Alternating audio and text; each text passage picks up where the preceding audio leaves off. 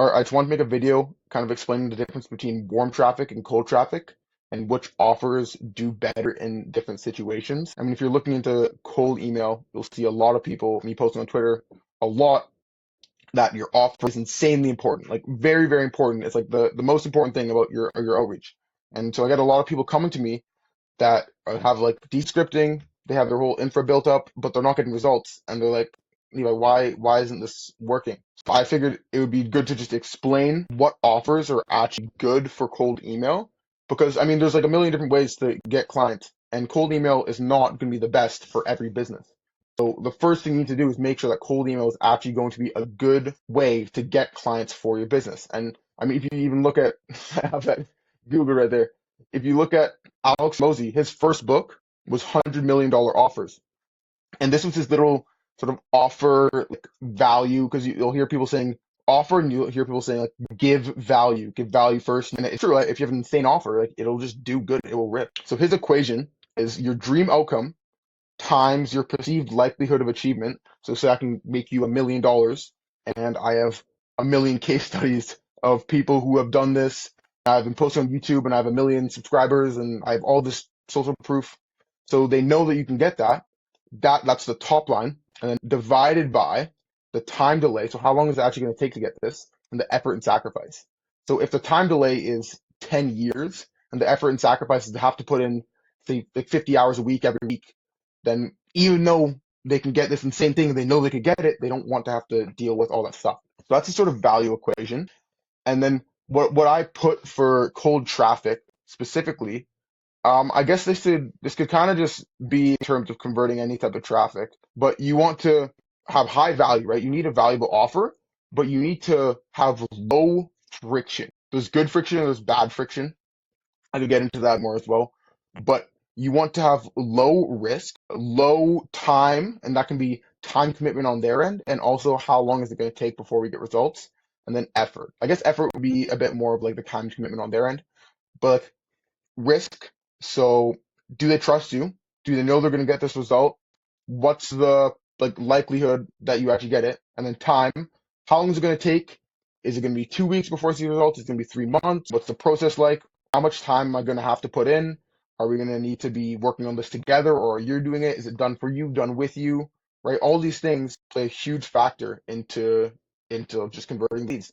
And so for warm traffic, usually they've already shown some decent intent, right? They follow you who does, whatever service you do. They've put in effort into researching this thing, right?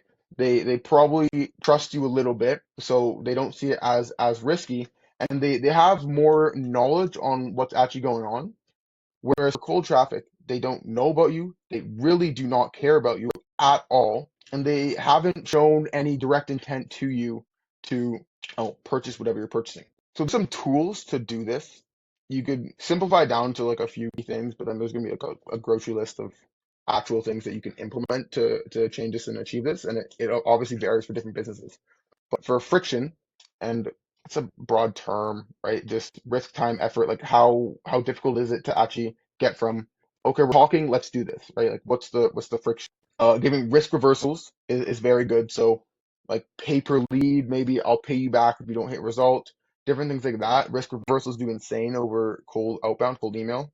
And then what do they have to do? Like, is it going to be done for you? Done with you? Are they going to have to put in a little bit of time? Is it just fully, I say yes, I pay you when I see these results? And then another thing on friction would be there's good friction and there's bad friction. Because if you're pitching a broad range of things, and I'm not saying that you need to tell them everything, but if you're pitching an offer that really seems like it's done for you, but you only do done with you, and then you get all these leads that are coming in that only want it done for you and they can't do done with you, then you are just wasting your time, right? You're wasting your time with all these leads. So you're going to want to cut out those leads that are unqualified. Okay. I guess it's just a qualification process. So good friction would be friction that cuts down people, only the unqualified people, right? And then bad friction would be maybe it cuts off both, maybe it cuts off only the qualified people. And I mean, if you think about like the different ways you're adding friction to your offer or the different things that are causing friction, you can kind of look at that and assess it to yourself. Is this good friction or is bad friction? And then for value, you need a clear and quantifiable gain. So I've seen some people writing I know I've seen this a lot on Twitter. I can ghostwrite for you, I can copyright for you, and I'll write you 10 tweets away, and you don't pay unless you're happy. Well, that's a decent risk reversal, but what am I going to gain from that? Like I write 10 tweets already. It doesn't really mean anything to me. Like I don't care about that. If they say I can get you this many more clients through our conversion methods or whatever, and we've done it for this many other people, I'll write you 10 tweets right away. And if you don't get a client from them, you don't pay.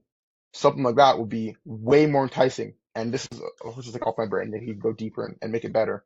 But you need a clear and quantifiable gain. And like in your scripting, when you're actually like looking at this, a very easy way I'm looking at this is just like you want to pitch the results from working with you rather than what you're actually going to do. So if they had absolutely no clue what you're doing, just what are they going to see? Like, are they going to see their money go up? Are they going to see more bookings?